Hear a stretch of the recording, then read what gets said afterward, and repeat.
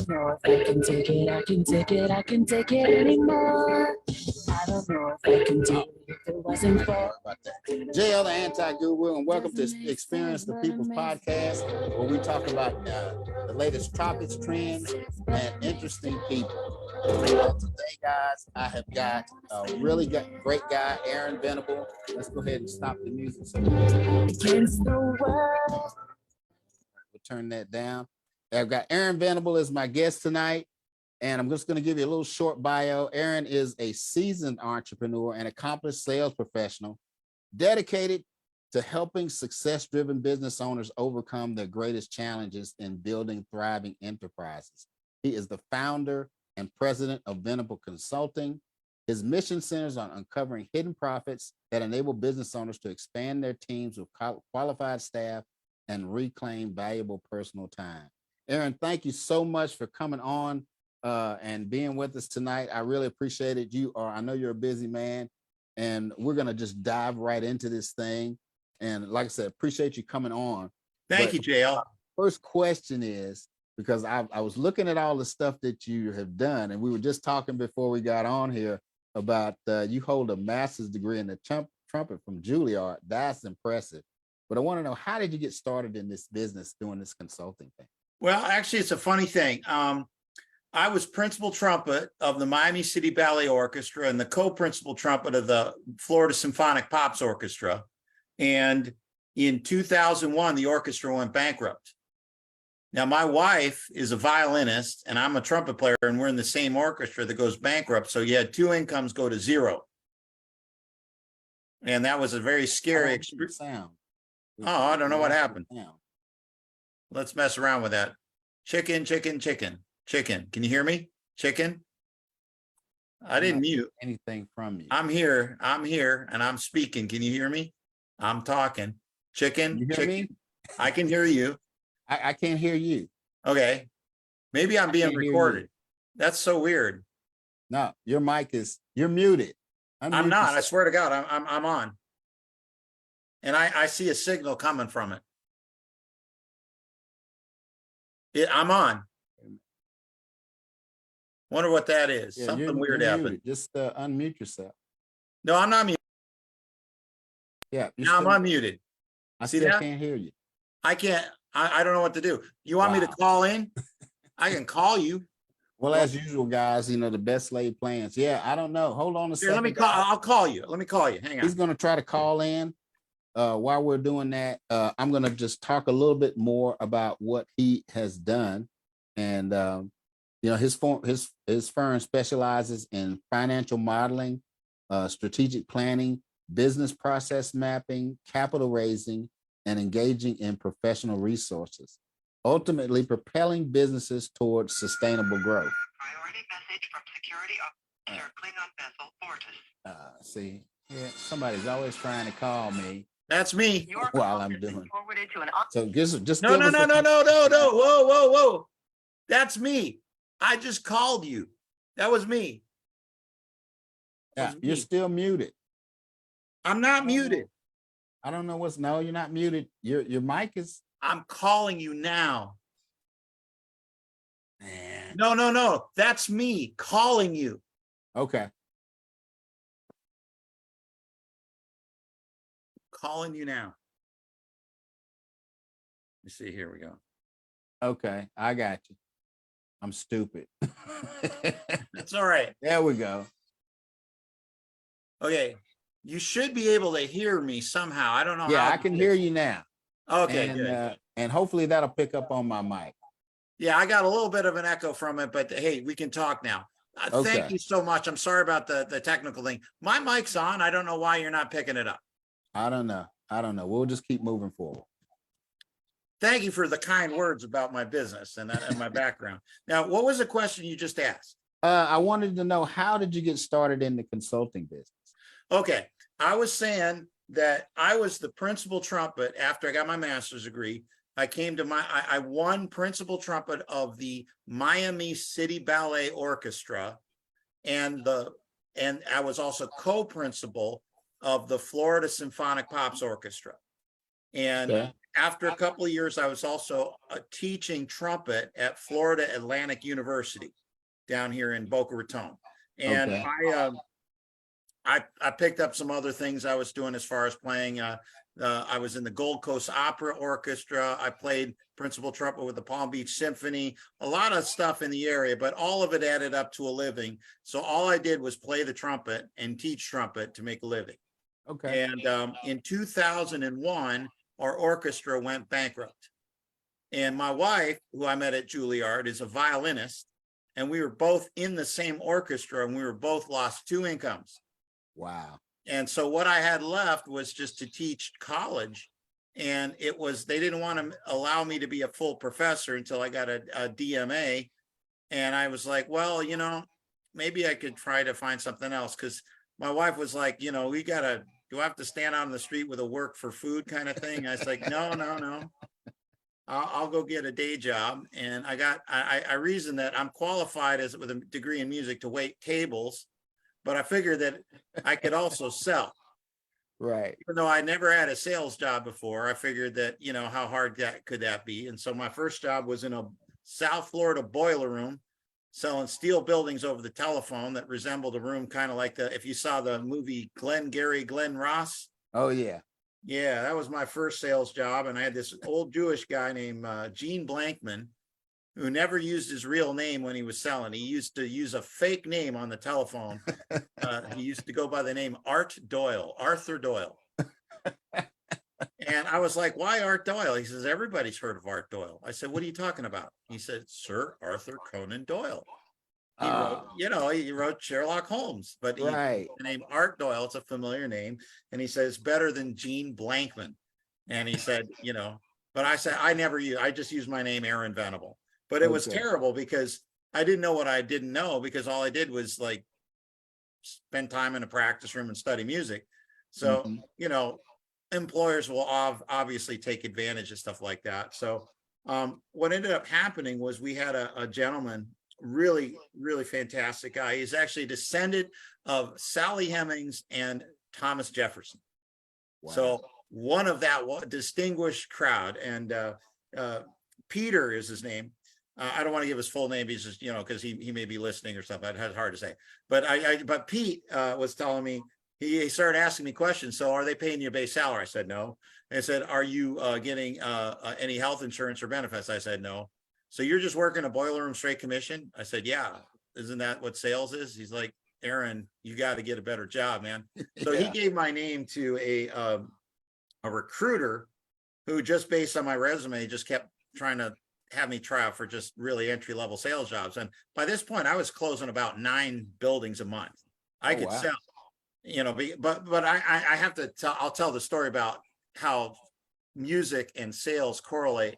Because when I got hired by this telephone company, I became the #1 sales rep in the state. And in 4 years, I was billing $4 million a year in sales. And I was #1 sales rep in the state for the company at the time. And it was funny because they had thrown my resume away 3 times in the process of interviewing me. So first time, this recruiter had kept calling me for like entry-level job at like Men's Warehouse or something and stuff. And I said, no, I'm already making more money than that, just straight commission. Right. And he said, well, I got you an interview with this telecom company. I said, great. And he says, now, do you own a blue suit? I said, no, I don't. Go get a blue suit. I said, okay, no problem. He said, you have long hair? I said, yeah, I have long hair. And he says, get a haircut. He said, you have a beard? I said, yeah, I have a beard. Shave the beard. So that's how I look like now. So obviously showing up to work in a blue suit with a haircut and no beard, all the guys knew something was going on in that boiler room. Right. So I said, I've got to see the doctor today. And they're like, yeah, sure. You know, I go in for this interview and there's this Southerner, this guy named Kenny, and he's looking at me like, what in the hell are you doing here? And actually at first he had rejected the interview. Wow. And I was really frustrated with this recruiter. And I said, listen, you've been badgering me about these lousy jobs and you finally found something that I'm interested in. Let me ask you a question. Do you get paid if I get this job? He said, yes. Okay. Then you do your job and give me the interview and I'll do my job and I'll close this guy and get in the job. Right. And he said, okay. And so when I showed up to this first interview, this guy, Kenny's like, well, I don't know what you said to that there person, but I like to be like Jimmy Johnson and give everybody a chance to be on my football team, kind of thing. He's a real Southern hayseed, kind of a guy. I'm from Ohio originally, so I'm like amused by this, And so I'm in there for the interview, and it went on and on and on and on. It was like over 2 hours long, and I couldn't understand this. And then I noticed he kept saying, "Do you have any questions? Do you have any questions?" And he's asking me to close them. I was like, "Yeah, when do I get started?" "Oh, that's a good thing." And then we kind of concluded the interview. And then I thought, that was a good interview. I'm probably going to get it. And then he called me back. He said, "Listen, you got to come in for another interview. You got to meet with our sales manager." Okay. So he's the branch manager. He's a sales manager telling him what to do. I found out later it was the most underperforming branch in the company, and they were thinking of closing the branch. So this guy's job was on the line. So the sales manager was there as a check and balance. Plus, my resume was terrible. So I go back in, and this guy, the kid Mario, younger guy, really like very focused kind of sales guy, real on all business. And he starts interviewing me to see if I have any sales skill, because I had absolutely no telecom skills. And they wanted somebody, what they were trying to do is recruit somebody from another telecom company. Here I am, just somebody with a resume and music working in a boiler room. And so they're like, so he interviews me, and I noticed right away, he goes, "Do you have any questions?" I was like, "Oh, I'm going to close this guy." So I close him right there. It's like, "Oh, And so it sounds like I'm going to get the job. So they call corporate, and then now you got to come back in for another interview. So they flew down a VP from corporate, this guy Greg Hackney. I got to use his full name because we became pretty good friends, because I was his star guy. I was his quarterback eventually. But Greg comes in, and how paper gets kind of, when they do this against the desk to try to straighten out because they threw the paper away so much. That was my resume. So he does this, and he picks up the paper and he goes, "What are you, in some kind of band or something?" And I'm like, at this point, I'm like, didn't care. And I go, you usually take a risk at some point in an interview, but I figure I'm like the only guy they're talking to if they're talking to, I had 3 interviews. So I said, "Listen, have you never heard of Juilliard?" He goes, "No," like that. I was like, "All right." And then I go, "Well, do you like football?" He said, "Yeah." "Okay, if I were Troy Aikman and you were interviewing me for this job, would that change your mind a little bit about what we're talking about?" And he goes, "Wow, that'd be impressive." I said, "It's kind of like that for music." Okay. And he's like, and the funny thing is then he goes, "Well, do you have any questions?" And at this point, I was so frustrated. "Yeah, when do I get started so I can show you people what I'm made of? How hard can this be? I teach college and I can close." Right. And I closed them really hard. And then the sales manager came in and goes, "Man, because they were going to bring me in as an AE1. They bumped me to AE3 right away with a much higher quota. I was going to have the highest quota in the branch, and I'd never done telecom. And I was like, how hard can this be?" It turns out it was extremely difficult. Telecom, really complicated, and I didn't know what I was doing. But musicians were able to do that. And they had interviewed me so many times, I missed the cutoff to go to training. So I had to start selling with no training for a whole month before I could go to the next training session. Wow. So they just took me out in the field, and I've been in a boiler room where people were using fake names and dropping F-bombs and slamming phones down and stuff like that. So I just thought that's what sales was.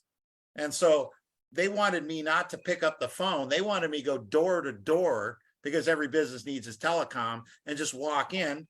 And I found out you get your ass handed to you every time. You read no soliciting and stuff like that. I saw for weak salespeople and stuff like that. So it was kind of this, and our branch manager took me on a couple, and we got chased out of a place with a guy with a 2x4. And I was like, this is crazy.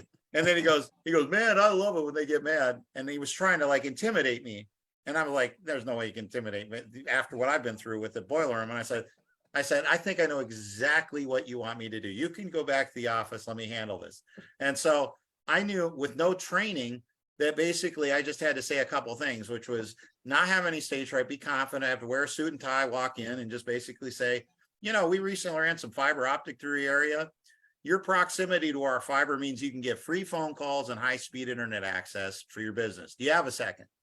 And then the second they'd ask any question, I said, that's a good question. I would just call the technical assistant in our Right. office. And this guy, Nick DeFrancesco, he couldn't believe it. He was like getting no work because none of the other guys in the branch were selling. And my first month, I sold 150% of my quota Wow. before going to training, which nobody had ever done. And it was all because Nick came and closed it. And then the funny thing was, he had to train me in what this stuff meant. And he started out as a technician climbing telephone poles. Okay. So he reversed engineering tech. You know, I learned telecom the right way, which is we walk out to the telephone pole, we follow the wires into the demarc in the building. You see the 50 block. This is the twisted pair coming in. That's called a T1. We break that out into, back then we were doing CSU, DSUs. And this is, we take a digital signal and we un-internet part of these for phones, and the rest is their internet access on an integrated T1, which was we were selling. And it made so much sense that when I went to training, I aced everything. And everybody was turning their heads. Oh, by the way, we got a sales rep that already hit 150% of quota before he came to training, you know. So I was treated like that. But I hit over quota every single month. And after 6 months, I was the #1 rep in the state. After 4 years, I was ready to put a bullet in my head because my base of accounts was about 4 million, but I sold close to $8 million. Wow. And they kept canceling. So like, you know what it's like to sign a $26,000 a month account and know that your commission, because you got a 3-year deal on it, was going to be 3 times that amount. Wow. And tell your wife and show her the signed contract. I just signed this baby tonight. When I turn this in thing tomorrow, in about 60 to 90 days, we're going to get a commission that's enough for us to buy a house. Wow. Because we didn't have a house yet. Right. We eventually got a house, the one I'm in right now. But it was like, and then not get paid. Yeah. Because I did my job. The people that are doing order entry and doing installs stepped all over it. And that happened more times than not. So the accounts that I landed, I had some marquee accounts like Norwegian Cruise Lines, Orient Lines, and stuff like that. I was really killing it. So at any rate, I decided that, like most people that have success in one field and maybe 2 fields, you think you're 14 foot tall and bulletproof. So I was cocksure, arrogant, and I was stupid as hell to think that I could be as good at entrepreneurship as I was at sales and music. So I thought, well, you know, hell with these idiots. I can, you know, an idiot can run a business. I work for one. If it weren't for me, these guys wouldn't have a branch. You know, they wouldn't have a business. Right. So I, you know, this is right out of the E-Myth by Michael Gerber, I thought, which I didn't read until I had 2 failed businesses. First one, I took on a partner in an IT company. He actually wanted me to be his partner because he was abdicating all his responsibilities with the clients and stuff. And, you know, he turned out to be a nightmare. And the next guy was a sociopath. Oh, wow. Committed insurance fraud under the business that we had jointly had signed and nearly got me, you know, commensurate insurance fraud. I had to call him out on that. Then he tried suing me. It was a nightmare, but I had burned through all my savings and lost that and nearly my marriage. Wow. And then I read the E-Myth. And then I was like, oh, Judas Priest, I'm doing this all wrong. You know, my job is not to work in the business, to work on the business so I can create jobs for other people. And so since then, I've had, you know, some success and failures and some other stuff. I owned an accounting firm and other stuff. And then in 2019, I decided that, you know what, there are just too many businesses that, you know, when I was doing the accounting, I just could see so many businesses were making the mistakes I was making, so many business owners. Right. And what I'd learned in the E-Myth, and I looked at some other coaching franchise, I looked at action coaching and stuff. And then I ended up talking to their top franchisee at the time was a guy named Eric Dombach, who had created his business called the Coach's Coach. And then I thought, you know what, I started thinking that I will just hire coaches and have the Coach's Coach train them.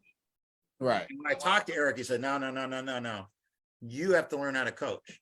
How are you going to manage something if you don't know anything about it? And he goes, exactly. Right. So I was doing a small time coaching for a bit, and then I decided I'm going to build a firm. And so now I've expanded it to, a few more people, and I got a bunch of people that want to come work for me. And so I've been trying to kind of expand some stuff. And then I met you, and you're an expert at YouTube, which I don't know much about. Right. And the thing is, I've learned to humble myself enough to know that if I don't know something, I just don't know it. And when I meet an expert, I want to find out everything the expert needs to know.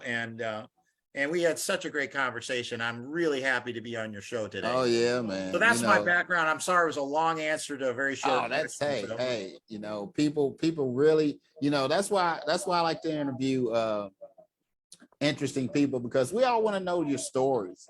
I've learned in my entrepreneur journey that the people who can tell stories are usually more successful. I mean, we all sell products or services, but there's always a story behind why and what we do. Yeah. Just like, when I was listening to you, I was in sales, just like you, different kind of sales. I did retail for a while. I actually worked in a music store. The company's out of business. Oh, that's fantastic. Yeah, it was called Camelot Music, and worked there for 7 years because I love music. I mean, I played like you. I played the trumpet, and but I sucked at it. I wasn't very good. So by the time I got to high school, I didn't want to do that anymore. But I worked there at the music store, worked in the management for a while, left that. One of the better jobs, but the most frustrating jobs I had was I started working in the mortgage business. I was a broker. Oh, that's rough work. Yeah, and but I enjoyed it because helping people realize the dream of being homeowners was something I really identified with. Oh, that's beautiful. Home ownership is the key to financial freedom in this country. I believe that. I do too. But it got frustrating, and just like you, I came in, didn't know anything. I had to just learn as I went, and eventually, like you, I was top sales guy. I was closing more deals than anybody else, and but what frustrated me, I would work on the thing I didn't like was that I would work on this deal and get everything done, and before I got paid. And I'll never forget, I had a couple of loans where one in particular, it was a Black family. I had done an interview on public television about mortgages, and they called in, and I went to see them, never owned a house, been renting for 10 years. And I basically had to create a credit profile because they paid for everything in cash or money. Wow. Oh, man. So I'm working this deal, I'm creating this profile, I'm getting this loan package together. I found them a house, negotiated that deal. And so I send this package in, and, these underwriters, they are the most anal retentive, they're like bean counters. I mean, they're terrible. They just, so anyway, long story short, they got the package. They're going over it. I always have 3 copies. Right. I say, so I expect to get a call from an underwriter. Well, this is not in the package, or that's not in the package. I'm like, no problem. I'll pull that piece of paper out, fax it to you. There you go. So this guy calls me up and he's like, hey, we can't do this loan. I'm like, what's wrong? Well, this verification of rent form, I can't accept. I'm like, what's wrong with it? The guy that they've been renting from for 10 years, he says they got perfect payment. They've been paying him for 10 years. Well, he doesn't have a business address. What?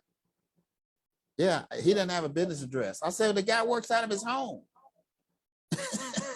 And they didn't do that loan simply because the guy that they were renting. Oh man, that's a kick in the gut. That's man. gut wrenching, because this was a slam dunk. I mean, they didn't even have to come to closing with money. Oh, they all had to do was come to the closing with a pen and a smile. Did you have an alternative place to go for underwriting? No, I mean, this was the only company I could get them qualified. Oh my God. Trust me, I shopped. That's what I'm saying. I shopped and shopped and shopped. I labored over this thing for 4 weeks. Wow. And the worst part about it was I had to pick up the phone and call these people and tell them that they couldn't buy this house, that I basically told them it was a slam dunk. Wow. And then the other frustrating thing was when I would have somebody do a loan, and you got your 3 days, you can decide you don't want to do the loan. And I would have people, I would do all that work, and they would do the rescission. They were like, I don't want to do this loan. I'm like, why didn't you say something 3 weeks ago? You know? Yeah, what I learned in sales is 80 to 90% of your time is wasted. It's like Yeah. between prospecting and those and just getting down to it. And that's what makes it like a soccer game when they finally score 1 point. They're like, everybody goes crazy. Yeah. But I got out of that, and then I went back into retail. I was working for GNC, the supplement company. And at that time, I was a personal trainer as well. So it was a perfect fit. I could get clients, I could sell supplements. But GNC, great company that it is, you get paid commission. Now I was making minimum wage. So it's a big incentive to sell these items that you get commission on. Right. I'll never forget one day, I sold $1,800 worth of product in the store in one day. Ask me what my commission was for that $1,800 worth of sales. Out of $1,800, how much did they pay you? $37. Oh, bull crap. Yeah. And that's when I realized that I'm wasting my talents. Yes, you are. And it just so happened around that same time, a friend of mine, that's how I got into this online thing. He called me up and he said, hey man, I got this great opportunity. I'm in this network marketing thing. And I'm like, I don't want to do no network marketing. He said, well, just check out the video. I looked at the video. I caught the vision and all this kind of stuff. And that's how I got started. But, like I told you, I got started in network marketing, failed a couple of times, did e-commerce, affiliate marketing. But what I learned in this journey is how to get traffic. And I always loved video. And then when Google bought YouTube, that's when the video advertising thing came up. And I haven't looked back. And I was still trying to sell all these different things. And one thing I learned, and this is something, audience, I want you to remember, you need to focus on one thing and one thing only and become an expert at it, and you will find success. Absolutely true. This thing, jack of all trades, master of none, that is a fallacy. It will keep you broke. That's right. You have to master things. You know what I realized, and this was a very humbling thing as an entrepreneur when I first started it. I realized that successful entrepreneurs were as good at entrepreneurship as I was at the trumpet when I was a professional trumpet player. Right. And I realized, oh my goodness, that's a lot of work. Because when you really think about all the things that a business owner does, they have to do lead generation, lead conversion, client fulfillment, and that's all during, revenue generating activity hours. Then you have to, after business hours or delegate it, you have to manage your money, you have to manage people, and you have to develop systems to do that efficiently. Yeah. And that's just the business itself. Then there's the economy and the environment. You have competitors, you got new disruptive innovations coming out all the time. Yeah. You got constant R&D stuff that's coming up, and it's like, and this is what I, in the coaching I do right now, when I talk to business owners, a lot of them that need coaching, they're usually about 3 years into a startup, or they've went to a business broker thinking they could sell their business and have something to retire on. Right. And find out that nobody, and I mean, it's like an ice water to the face moment where they find out that nobody, I mean, absolutely nobody wants to buy their business except another technician like they were, but that technician doesn't have any money. Yeah. And then they got to think, well, I could sell it to them. Maybe they could take out a loan and the process, I got to stay on for a year. And then it's really not the purchase of the business. It's a purchase of the assets, which means they don't want to take on any of the whole business so I can get out of it. I got to deal with the liabilities out of what amount of money they put as a deposit. And I got to stay on, and over time they pay me the balance. That's not a very good way to sell a business. No. And so I was thinking, these are the people, and it's usually in one area. And in both cases, they ran out of capital. And in both cases, they were working more in their business than on it. Yeah. And I thought, I've done that. I got the hat, the tattoo, and the t-shirt doing that stuff. and I know what not to do. Okay. So then I thought, one of the things that I did when I was doing more consulting than coaching was project management. Okay. So if I would design, build, and manage a sales force for somebody, I had to, before I started hiring people, we had to revamp their customer relationship management software. I had to benchmark the sales and get some realistic expectation on closing ratios, and then develop a compensation plan based on that. And then I would develop sales automation tools, things so that I can idiot proof writing a proposal. But I'd rather them be looking at the client and not have to do very much to produce an error-free proposal. Because too many salespeople sell on price, they sell on stuff. Most salespeople, and actually, let me ask you this. What I've noticed, the only reason I was good at sales from being a musician was all the time I spent overcoming stage fright. And I think that most salespeople, the reason they don't perform very well, they have call reluctance, which is a form of stage fright, and they have stage fright when they have to stand in front of people. Exactly. Yeah, because I think that it's the funniest thing. Any of you musician people out there that are struggling and you need to get a day job, you'll do very well in sales if you've overcome your stage fright. That's my message. Because, you know, sales is all about paying very close attention to not what is reality. And this is a mistake a lot of salespeople make. They go, oh, this is what you need and this is reality. No, you're dealing not with reality. You're dealing with a perception of reality of that person you're speaking to. No doubt. You know, I know that for me, and that's entertainment. Yeah. You know? Yeah. There are, I read somewhere, there are things that people will spend their money on things that, because one thing I know, people will move faster from pain than they will towards pleasure. Sadly, but true. But Yeah, that's a terrifying thing when you think about it. But you can use that, and it's a manipulation, and manipulation is not a bad thing in this case, because people, they'll always spend money if you show them how to save money, save time, earn more money, or give them more status. Those are you're absolutely right about that. Now let me ask you this. Have you dealt with, and this is what I've noticed since when I went to telecom away from the boiler room was pitch selling. Okay. Right. And that's where people like Grant Cardone and all the different, Tom Hopkins and stuff are, you learn these closing techniques and manipulations. But, when I started selling technical sales where it's a service and it's an intangible, did you find that there were dysfunctional buying practices that were there to prevent you from ever speaking to any of the stakeholders, like in the form of a RFP or in the form of you'd go to a bidding conference, or you get to talk not to a decision maker, but to a person who is a purchasing person, part of a purchasing committee?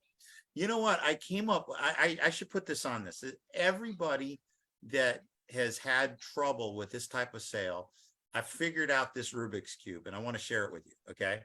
It's amazing. It works every time. So imagine this. They call me up. We need a business coach. And I'm like, okay, I know what I'm getting into with this guy. And it's probably a big enough company that there's more than one decision maker. And you certainly never want to make this mistake. You never want to go to that person you're talking to and go, who really makes a decision? Certainly not you. You're not important. You don't ever want to say that parenthetically. You want to just go like this. You go, oh, what I learned is they could be wrong in their decision, in their request for a proposal. They could be wrong in that they might not actually need a business coach. So what is the best salesperson in a scenario like this? It's somebody that can step back for a moment and go, what do we really want in this relationship? Like if you were doing an RFP and you came to me and you said you needed a business coach, I would go something like this. You know what? That's a good question. Business coaching means a lot of things to a lot of people. Right. You go to Tony Robbins, it's walk on fire, and maybe you learn some stuff and get motivated. In other cases, a business coach is a life coach. It's going to talk about some new agey, that's not what I do. I'm here to actually try to help your business from objective numbers to objective numbers. Right. So knowing that, what I realized, and this is an amazing thing, all that you want with your relationship with your customer is a solution that exactly meets their needs. You That's know right. why? Because it's win-win if we get it. They're going to love me because I'm delivering it, and I don't have a bad customer that's going to take up 80% of my time for 20% of my money. I'm Right. going to have actually a customer that loves me and is going to refer me business. So Right. how am I going to get there? So I start with that premise, and then the funniest thing, when I've trained other salespeople to do this, it's always worked, because this is one of those points where it's intent counts more than technique. So it doesn't matter all the manipulations you got. If you intend to actually come up with a solution that exactly meets the needs of their business, the first thing you do is move off their solution. And then you are qualifying to see if they're good enough for your company, not Right. the other way around. And so the way you do it is this: to say, look, coaching means a lot of different things to a lot of people. Let me ask you something. What sort of issues are you currently having in your business right now that tells you that you probably should use a business coach? Right. And And then they'll tell you exactly what they need. Well, they'll tell you, but even they might know. They might say something general like, well, we're having a hell of a time with productivity. Right. Yeah, what does that mean? You know, so I was like, okay. So then you want to know 4 things about productivity. Yeah, you got to peel. How do you measure productivity in your business? So, Right. okay, how do you measure it? So what is the evidence that you can show on a spreadsheet, a number too big or too small, that you're having trouble with productivity? Okay, what is it now? What would you like it to be? And what's the difference over time? That's the impact. Now, one of the rules I always have when I train this is that, have you ever noticed that salespeople are so quick to try to close, they slam a deal, and then you end up with a shitty customer and somebody. Yeah. And you don't ever want that. So what you want to do is tell the salespeople, slow down for yellow lights. Okay. So if they say, well, our problem is about $8,000 and your solution is $10,000, that's a yellow light. Yeah. You say, well, you know, between what it is now, it's only about $8,000. I think our solution would cost more than that. What do you think we should do? Well, there's more stuff. Okay, let's hear more of the stuff. So then you want to know what else is affected. So evidence, impact, then you go context. Now, when I was just doing sales, and I'll tell this story, it's a good story and it's an important lesson that anybody that sales needs to understand. You have to know what else is affected. I had a gentleman that I closed who sold coffee services for offices. Okay. And to be generous, he was so cocksure about his pricing and everything that he didn't have any binding contracts. And he was so generous, he would offer a free Bunny-matic water filtration and coffee machine with carafes that he would place in the office. He wouldn't give it to him, but his cost on that was $200. Okay. And his average dollar sale on coffee to them month to month was about $50, of which he was making about $20 to $25, depending which coffee they picked. Wow. So his break even on this was 10 months. Okay. Now, he didn't say that. And when I started kind of questioning, oh, no, I got everything taken care of. I just need more sales. Right. And I'm like, no problem, baby. Here you go. So we brought our boy in. Our boy sold 200 of these puppies in 45 days. Wow. And he fired our boy, fired us. And I did a follow-up because he had to mortgage his house to buy all of those damn coffee machines. Yeah, all that giveaway. And the worst thing he did, he didn't have a contract that was fungible. He couldn't factor it. He had to come out of his own pocket to do it. Wow. And they only had a limited inventory of those coffee machines, and they had to manufacture the rest. And the backlog on that was about 100 of the coffee machines that they finally delivered. He lost all 100 of those clients. So he only ended up with 100 clients. And it was a nightmare. And, you know, he could have sued me or blamed me, but he didn't, because I had him on recording and wrote him down that all I needed sales. But you know what? I felt so sorry for that guy. It broke my heart. And I realized that being a sales consultant was not enough. Yeah. Because you have to ask the question, what else is effective? So evidence, impact, context. And then the last one, have you ever been in a bid where you kind of got the feeling that they were just doing this as for show to get your price so they could beat the hell out of their current vendor and just get a lower price? Yeah, yeah, I definitely had that happen with this video thing. I mean, they called me in. I went several Zoom calls. I'm sitting there, and they did. Well, JL, what do you think? And I put my input, and then when we got the pricing, okay, well, we're about 2 months out, and we're going to call you back, and they never did. Let me solve this one for you. This is one that, you know, I got the hat, tattoo, and t-shirt for this one. And I've been bitten in the ass with this goddamn thing so many times. I had to come up with a solution. So here's what I did. I said this. I realized that constraints could include one of the decision makers' best friend is my competition. Okay. Yeah. So here's how we solve this.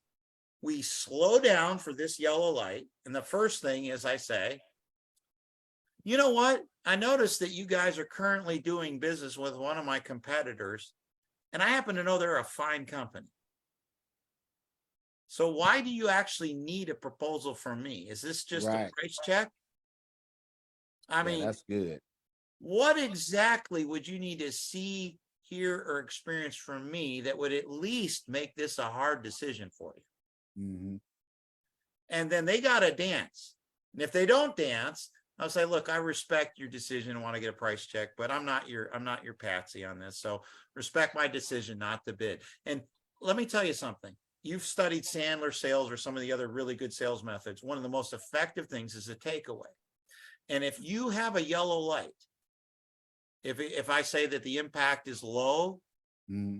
and it's only 8,000, I got a $10,000 solution. I think it's that. I say it's that. If they say, you know, you're probably right, you just walk from the deal. And what you did is you saved yourself an enormous amount of time to come up with an exact solution for somebody that needs it.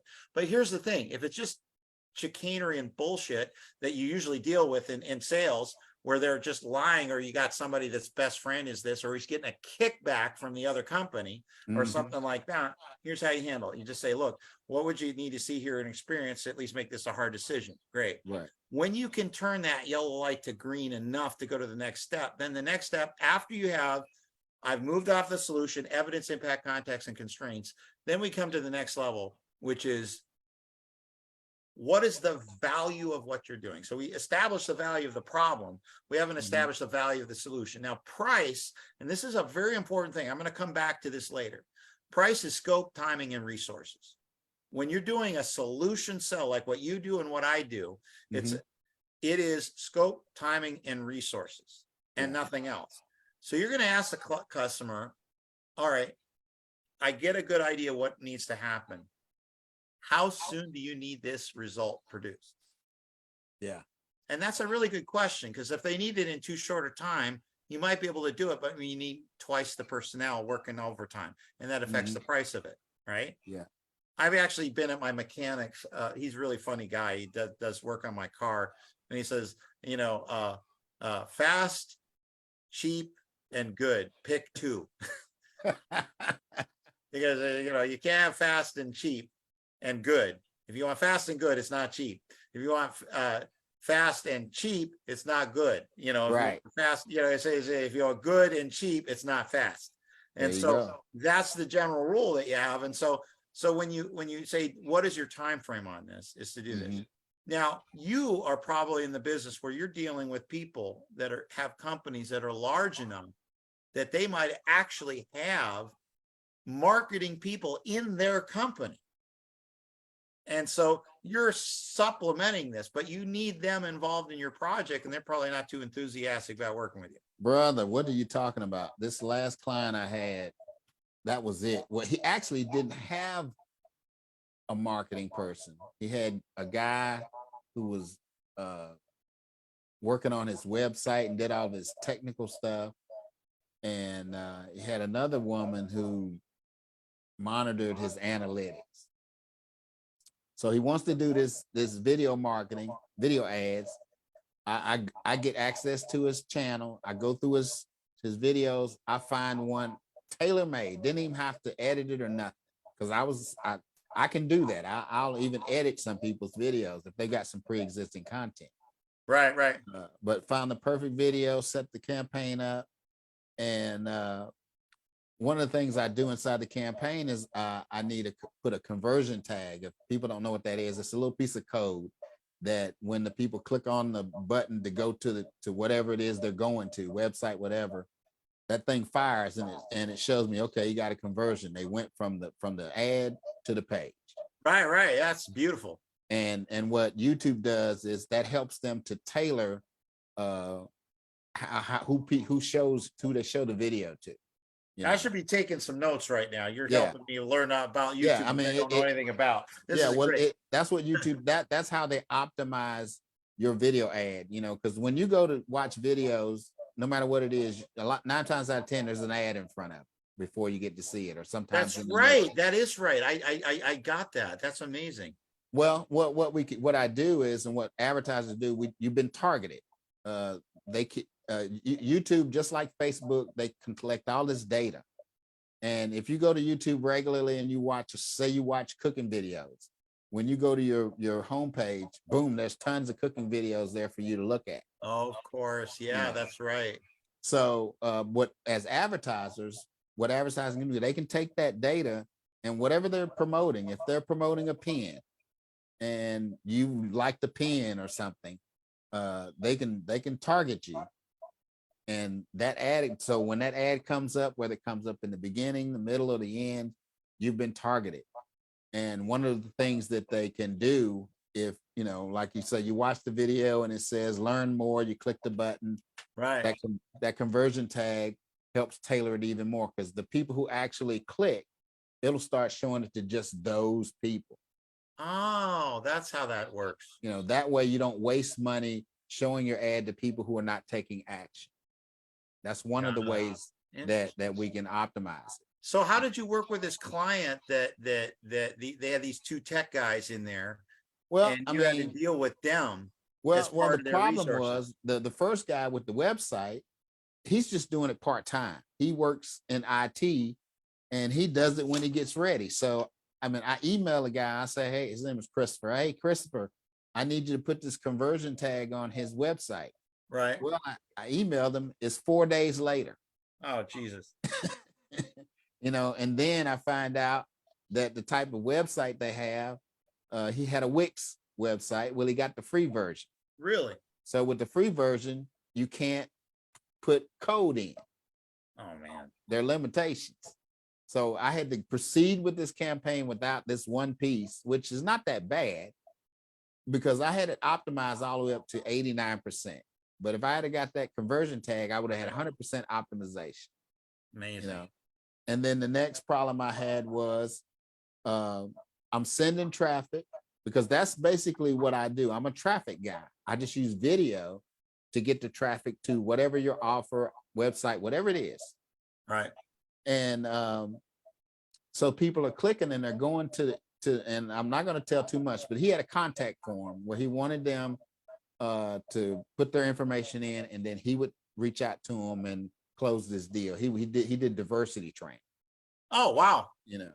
So people are going, but without the conversion, I don't know if anything's happening. So I pick up the phone, I call him, I say, hey, I've sent 300 people have clicked and gone to your contact form. How many people actually filled it out? And he's like, well, only about 3 or 4.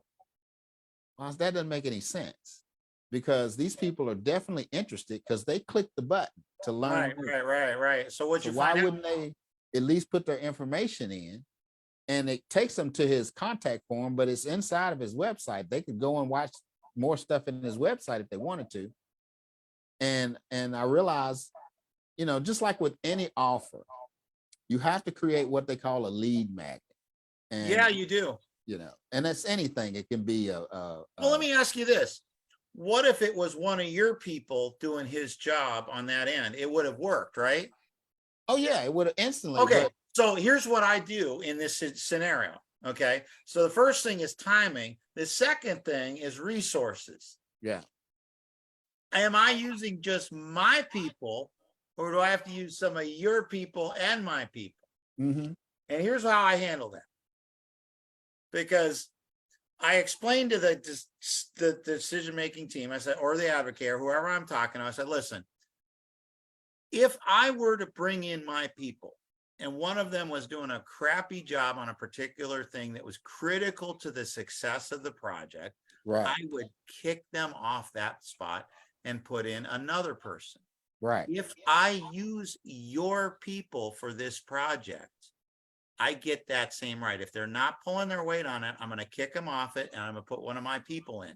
Yeah. And I'm going to charge you a management fee to manage your people.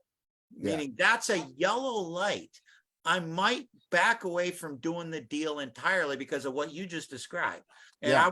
I would say it like this. I would say, look, my favorite way to do these things is like when it's a yellow light, I go,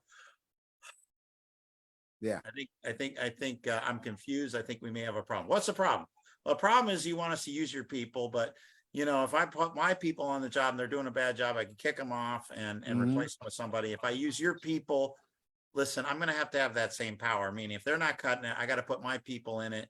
And yeah, I got to charge you a management fee to manage your people. You want me not to bid? What do you want me to do? See, that's the thing. They have to make it green. And when they make it green, then my last question is in the second step. The second step is scope, timing, resource. Last is resources. Resources include people. And do you have a budget for this project? Now I might have found out he's got a $3 million problem because I said he's having problems with productivity, he's problem with sales, problem with this, and we added it up. What else is affected? I got another project. Boom, boom, boom. What's the evidence? What's the impact? What is it now? What did you like to be over time? You add that up. That's the value of the project. It's $3 million. You have a budget. And they say, yeah, it's about $3,000. And then you can jokingly say, no, I meant for the project, not for this meeting. You just want to frame it a little bit like a $3 million project. You get 10% of that, baby, if you're pricing your project, services right. So $3 million project, that's a good deal. That's a fun project, and we're going to be at it for a while. So you want to figure out what that is. So if now here's what I've noticed.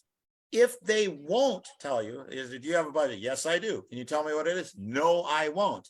You might say, well, listen, what we really wanted was a solution that exactly meets the needs of your business. Win-win if we get it, we don't.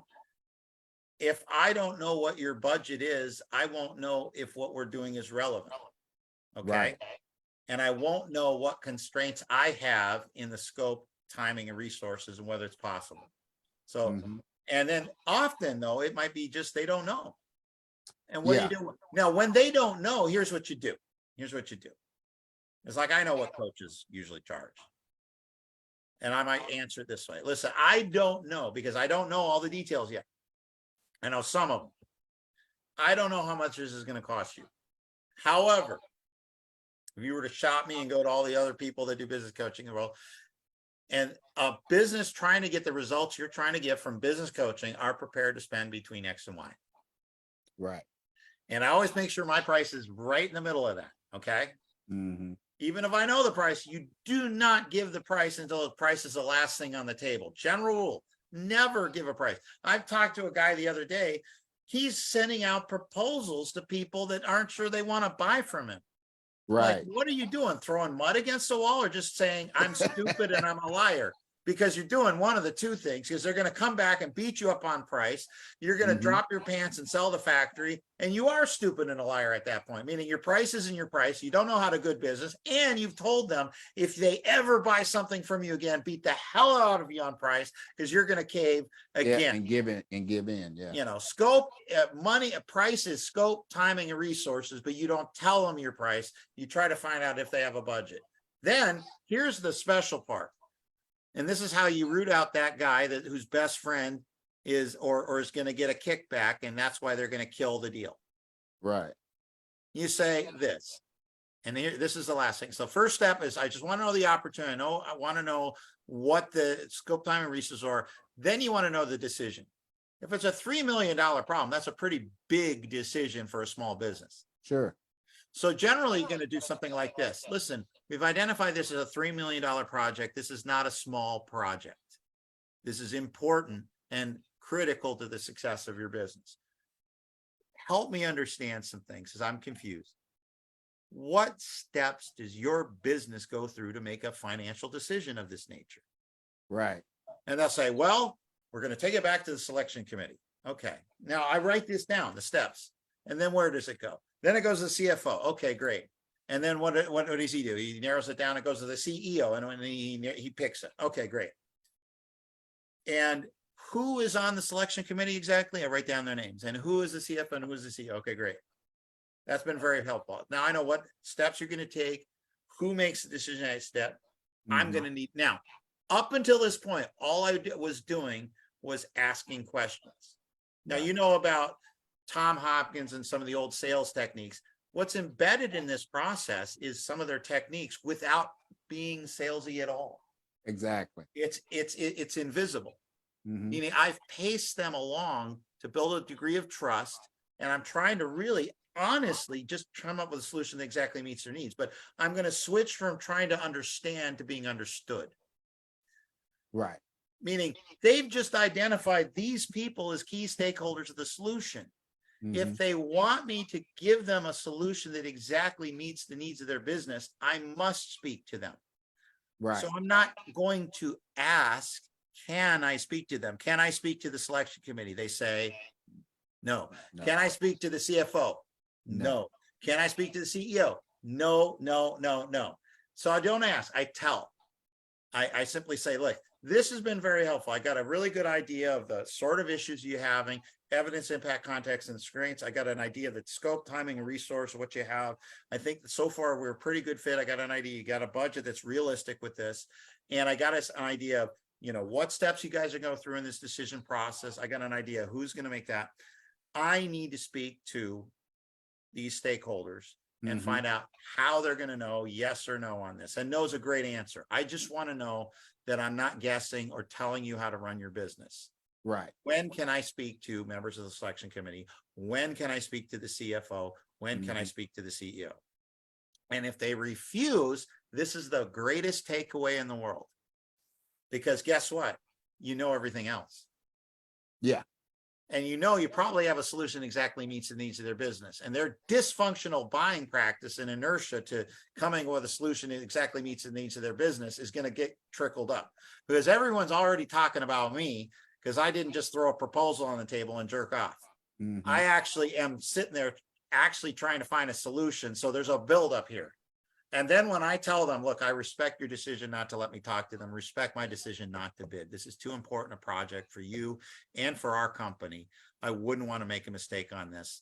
Listen, if anything changes, here's my card. At least how we've given you a free sample, how we solve problems by how we sell. God bless you. Goodbye. And I've done this before and regretted it later. And I was partway into some Jack Daniels when I got a phone call from the CEO of a company and he said, Aaron, why aren't you bidding on this? I said, well, listen, Jack, I mean, I really appreciate you calling me up like this and stuff. But to be honest with you, this is pretty inertia driven. And I really think that there's no communication with the key stakeholders on this. I can't even find out what you exactly need here. And so I just don't feel comfortable putting a bid on this. And he's like, what are you talking about? Why don't you come on in here? And so I go into his office. Right. I get the deal with no contract and no bid. Right. Because he goes, what do you mean they're not talking to you? So when you do this takeaway, when they won't let you talk to the right people, it's a beautiful thing because the guy that did guess and got it wrong and screws up the deal, they're going to call you back because you're the only one that had any sense. So you save yourself a lot of headache and you position yourself to be in a better thing. Now, what happens when you actually speak to the stakeholders? This is the best part. It's so funny when it happens because these people haven't talked to a real human being about their problems in years.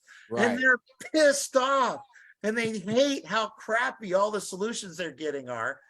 And they're just going to vent. And all you have to do is just listen, let them vent and take notes. And I swear to God, I swear like this. So my advocate is like, I don't know about this. I look, it's very simple. I can do it on the phone. Why don't we just call one of them on the phone together. Just take 15 minutes on the phone. You can be here. Okay, we'll do that. So we call them up. They're like, what? Who is this? You know, it's like, oh, it's, you know, Jack, and I got one of the people that's wanting to be in the project. Oh, really? What do you want? You know, like that. And Right. it's like, well, sir, I just wanted to understand, you know, how are you going to decide yes or no? Well, I'll tell you how I'm going to decide. You better not blah, blah, blah, blah, blah. And I better not see blah, blah, blah. And I've had it up to here with blah, blah, blah, blah. They haven't had a chance to say anything.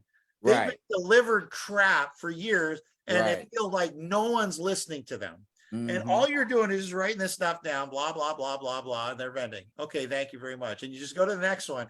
And it's almost always like this. Mhm. And we're finding sometimes you get to the C, you goes, really? You really want my opinion on this? Yeah. Right. So you write it down.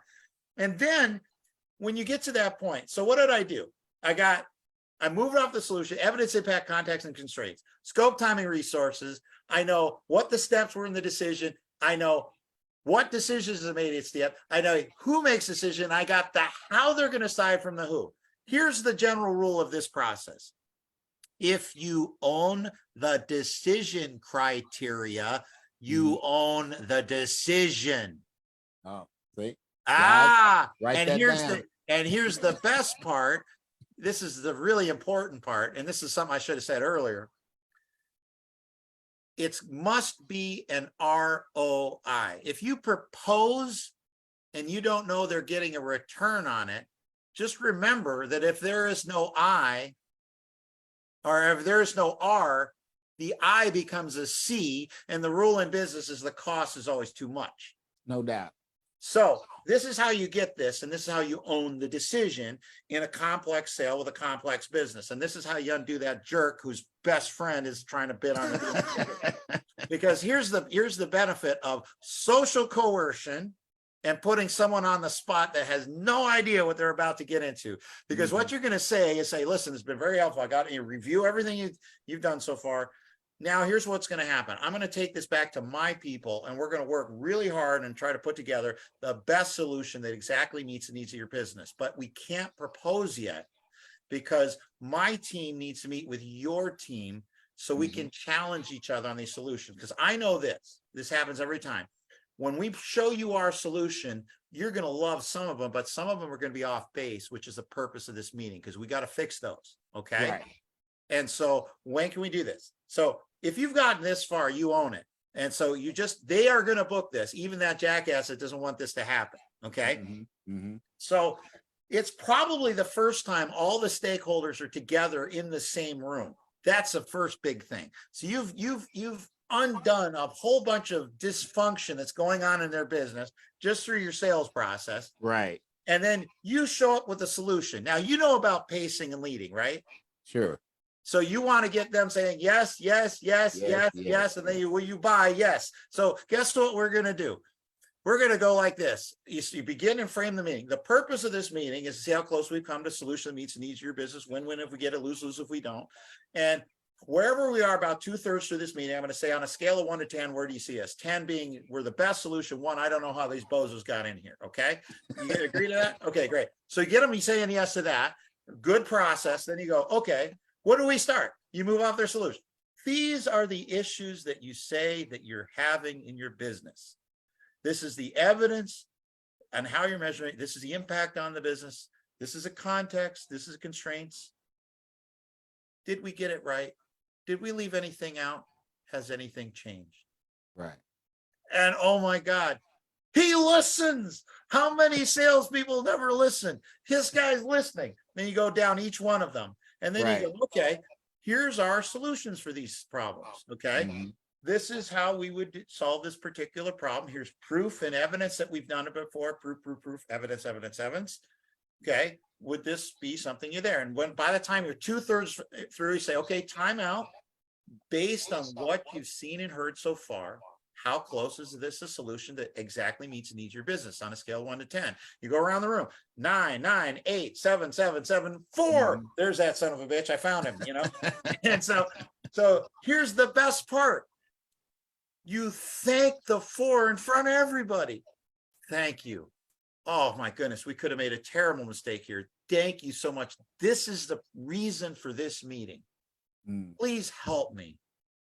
What has to change in this solution to turn that 4 into a 7 or an 8? Now, the rest of the room wants to buy. Right. And he's got to sit and dance in front of everybody as to why, from any rational standpoint, this is not the right solution or what changes right. to make. And now it might be a question of belief where we might have to talk about some other stuff that we've done. But, you know, boy, isn't that better than the alternative of throwing a proposals against the wall and then having to drop your pants on just something that, you know, you're just trying to figure it out or mushroom guess it. You own this guy. And everyone else is like, come on, Jack, what are you doing? What do you, we want to do business with these guys. These are guys are great. So he tells you that, and you go through this stuff. Now imagine this. 90% of the time I do this, I never write a proposal.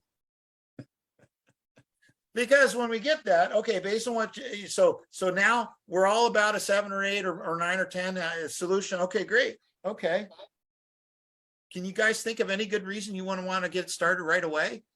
I mean, where there's an opportunity cost of money, and that's the close. That's it. That's done. It.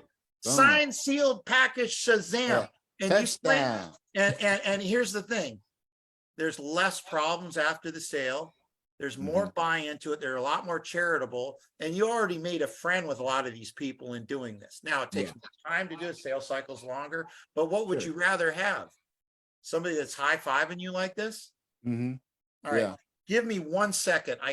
Doggone daughter's poking me in the other side. Just give me a second. I'll be right back. Hang on. Okay. Well, guys, I hope that you have enjoyed Aaron's insightful process into the sales process. Now, of course, you know, every business doesn't necessarily have this kind of model that they can use, but you can take and glean what he's talked about on how you can trim your sales process and move past some of those objections. You know, one of the main things that I took from this was that, you know, I see a lot of people, they want to dive in and get that sale, and you're going fast. And what he's talked about is taking a more measured and slow your approach and create a relationship. You know, business is definitely about relationships. I've said this time and time again. It's just like when we go to the store, a lot of times we don't go to a particular store like you got a clothing store you go to. Well, you don't go to the store because it's got the best prices or this, that, and the third. Sometimes it's that salesperson. It's that relationship that you have with that person in that store that causes you to come back day in and day out and spend the money that you do spend. You know, so I hope that back. you I'm have, so sorry about that. and we're back. You know, but like I was saying, guys, you know, Aaron has laid out a sales process that can work for a lot of different companies. I hope you guys have been taking notes. We've been on for a little bit over an hour, which usually is much longer than we usually do, but this was some good information. I feel like we're just getting started. You know, one of the things the other aspects that comes up a lot is normally we go about 20-30 minutes, you know, but it just depends on the let me give you a code of the sales process, because it deals about 90% of the time on close, but that 10% of the time they're going to push back on price. No, because they've been in negotiating school, or they read those Chester L. Carras things in the back of, you know, the airline you know, thing. He's like the master, you know, the guy that has rouge and lipstick on in the photograph. I always thought that was so funny. Chester L. Carras. I actually have his books on my shelf. They're actually very good, by the way.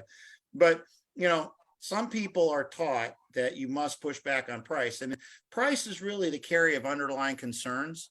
So usually if they're bringing up price, it probably means it's not a question of price, it's a question of belief. So you got to go back and do your homework about what you did, about all the work that you did in coming up with that. And then the other thing is, then if price becomes gamesmanship, then here's some things that you could probably do. And this is what I've done.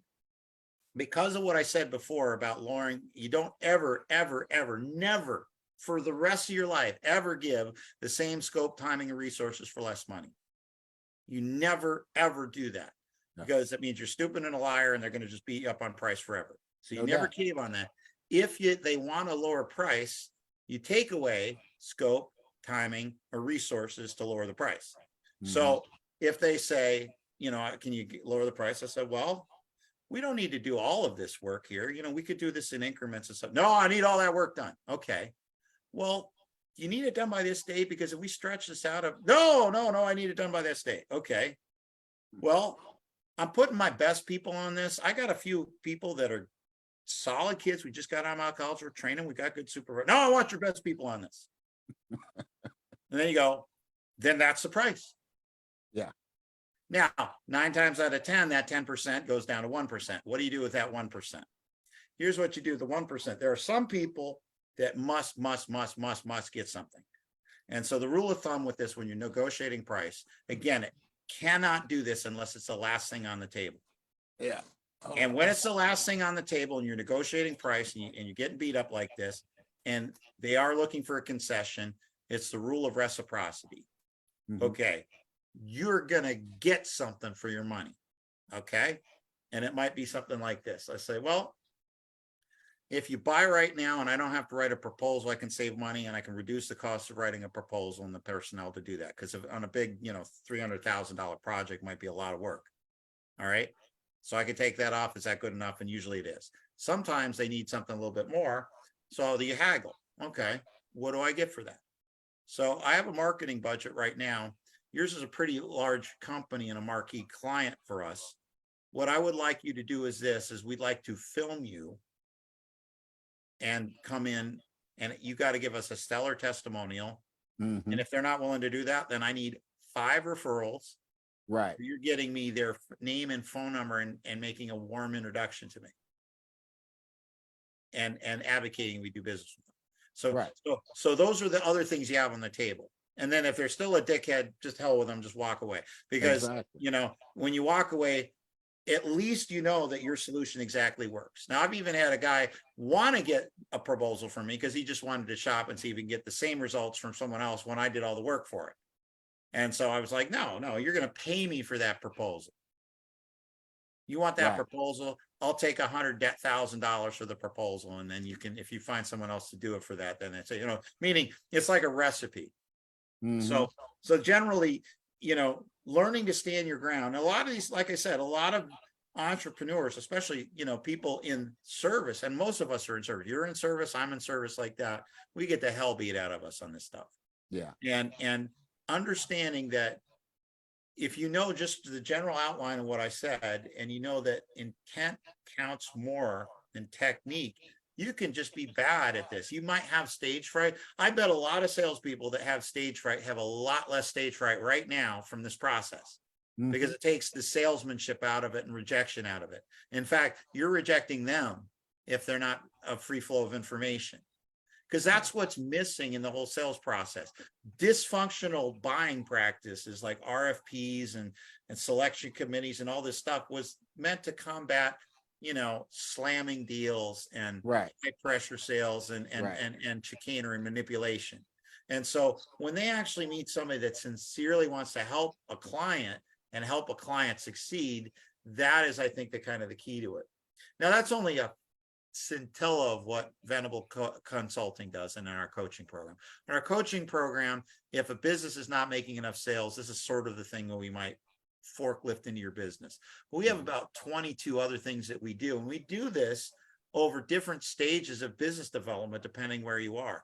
We look at your business from infancy to maturity as a project. Our job is to get you to a commercial, profitable enterprise that works without you. And that's the ultimate goal. And then you can decide, do you want to duplicate it? Do you want to acquire competition? Do you want to hire some smart kid from Dartmouth and beat the crap out of him, with the numbers once a month, let you go enjoy free cash flow and free time? Right. But the key to this is this: we save marriages doing this. We potentially ruined lives, because 90% of businesses failure, the only people that make money on that are bankruptcy attorneys, and it's a catastrophe for everyone else. Yeah, definitely. So. Definitely. Well, Aaron, I appreciate you coming on and sharing what you have shared. If people want to get in touch with you, how do they do that? Are you on Facebook? I know you're on Alignable. I'm on Facebook. I'm on Alignable. They can reach me on my website, which is venableconsulting.net.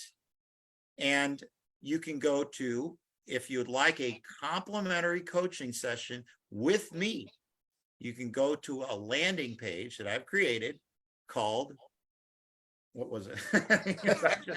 You know, this is a damn problem with all this newfangled technology. You're an expert at this. Yeah, man. It's called Love it when technology works. Yeah, it's at Meet with Coach Aaron. That's AARON, meetwithcoachaaron.com. You go there and you can schedule a 2-hour session with me. Now, it would be only smart if you're going to do that to have some financials ready. And I have a diagnostic tool I'm going to email with you when you set that appointment, because I'm going to spend at least that much time in preparing and analyzing your situation. And then we're going to have a structured discussion about your business. And again, my objective is to find a solution that exactly meets needs of your business. And it's win-win if we get it and lose-lose if we don't. And our coaching program is designed to take you to the next level. We want to increase your profits by at least 68% per year, build a team that you can trust to help you run the business so you can get some time back for yourself. And that's the minimum performance we've done. And I'll show that to you if anybody's curious. Just go to meetwithcoachaaron.com and sign up for a complimentary coaching session. I'll show you exactly how we do it. All right. All right. Well, again, Aaron, I appreciate you coming on. I'm going to give you a call after we get off of this call and talk for a few minutes. But we're going to end it right here, guys. And what we're going to do, we're going to end it the same way we start, with a little music. I love music. Yeah, but remember my 3 R's: respect yourself, respect others, and always take full responsibility for your actions. Remember, I'm on every Monday at 7 p.m. Eastern Standard Time. Until next week, we'll see you later. Peace.